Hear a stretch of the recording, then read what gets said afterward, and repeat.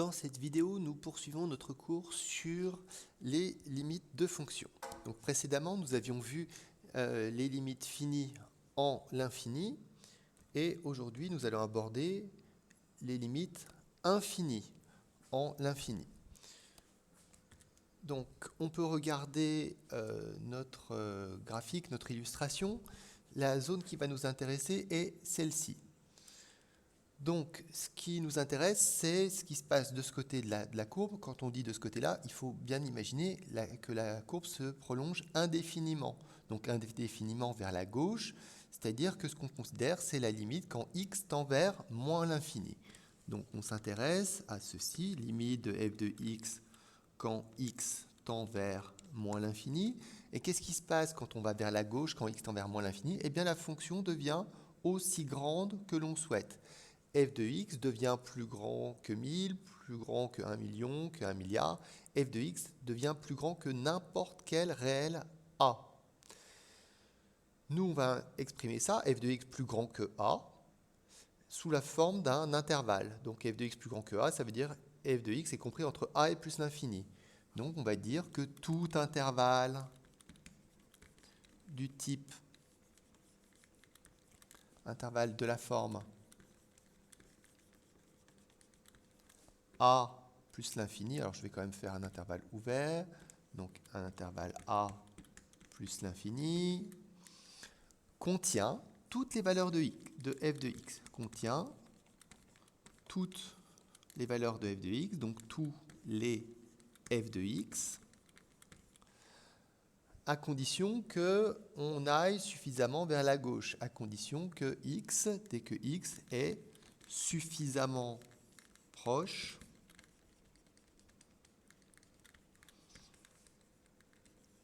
de moins l'infini. Alors, suffisamment proche de moins l'infini, on peut l'exprimer en disant à condition que x soit suffisamment grand négativement, si vous préférez. Et dans ce cas-là, on va pouvoir dire que la limite de f de x est plus l'infini. Alors, voyons maintenant des exemples de fonctions qui ont une limite infinie en l'infini. Donc, ne notez pas pour l'instant, attendez qu'on ait une liste complète, bien ordonnée. Donc, par exemple, je vais vous proposer la limite de x carré quand x tend vers moins l'infini. Donc, la limite de x carré, ce sera grand. Si x est grand, x carré est grand. Et puis, 1 carré, c'est toujours positif. Donc, on aura limite de x carré égale plus l'infini. Limite de x carré quand x tend vers plus l'infini, évidemment, ce sera plus l'infini. On va quand même noter, même si c'est une évidence, la limite de x. Quand x tend vers moins l'infini, x, le même, tend également vers moins l'infini. Donc, ce qui va nous permettre de trouver des limites de fonctions affines. Quand x tend vers plus l'infini, x, le même, tend vers plus l'infini. Et puisqu'on a donné la limite de x carré, on va quand même donner la limite de x au cube. Juste avant de vous donner la limite de x au cube, je voudrais quand même signaler que les limites se retiennent grâce à la représentation graphique. Voici la représentation graphique de la fonction carré. Vous pouvez observer les limites ici en moins l'infini. La limite en moins l'infini, c'est plus l'infini. La limite en plus l'infini, c'est plus l'infini. Maintenant, voyons la limite de x au cube en moins l'infini d'abord. Donc quand x est grand, x au cube est grand. Quand x est négatif, x au cube, c'est-à-dire x fois x fois x, ça va donner un nombre négatif. Donc on obtient ceci. C'est vrai pour x au cube. Ce sera vrai, évidemment, chaque fois que l'exposant sera impair, x exposant 5, x exposant 7, etc. Et puis, la limite de x au cube quand x tend vers plus l'infini est égale à plus l'infini. Alors, cette limite peut être retenue, enfin ces deux limites peuvent être retenues en connaissant la courbe de la fonction cube que vous devez connaître. C'est une de celles que vous devez connaître. Elle ressemble à ceci. Et donc, on retient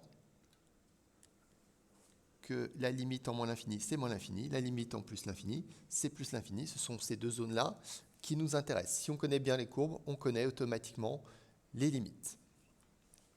On voit maintenant d'autres limites usuelles qui sont à connaître. Donc, vous avez la limite de racine de x, quand x tend vers plus l'infini. On rappelle que la fonction racine est définie sur 0 plus l'infini, donc il n'y aura pas de limite en moins l'infini. Hein. Donc, quelle est la limite de racine de x quand x tend vers plus l'infini? Alors, si on connaît bien la représentation graphique, on rappelle que l'allure de la courbe de racine est comme ceci. La fonction racine est une fonction qui croît lentement, mais elle croît indéfiniment, et racine de x, ça devient aussi grand que l'on veut. On l'avait démontré dans le cadre des limites des suites. Et donc la limite de racine de x, c'est plus l'infini. Vous êtes censé connaître également la limite d'exponentielle x, même principe. Limite d'exponentielle x quand x tend vers plus l'infini. Si vous connaissez bien la représentation de la fonction exponentielle, qui est comme ceci, la zone qui nous intéresse est ici. Je note aussi la zone intéressante pour la fonction racine. Donc, la fonction exponentielle, elle devient grande, très grande même. Hein, c'est une croissance très rapide. Donc, la limite d'exponentielle est plus l'infini. On rappelle au passage que la limite d'exponentielle en moins l'infini n'est pas une limite infinie, c'est 0. Et donc, ça apparaît dans un autre paragraphe.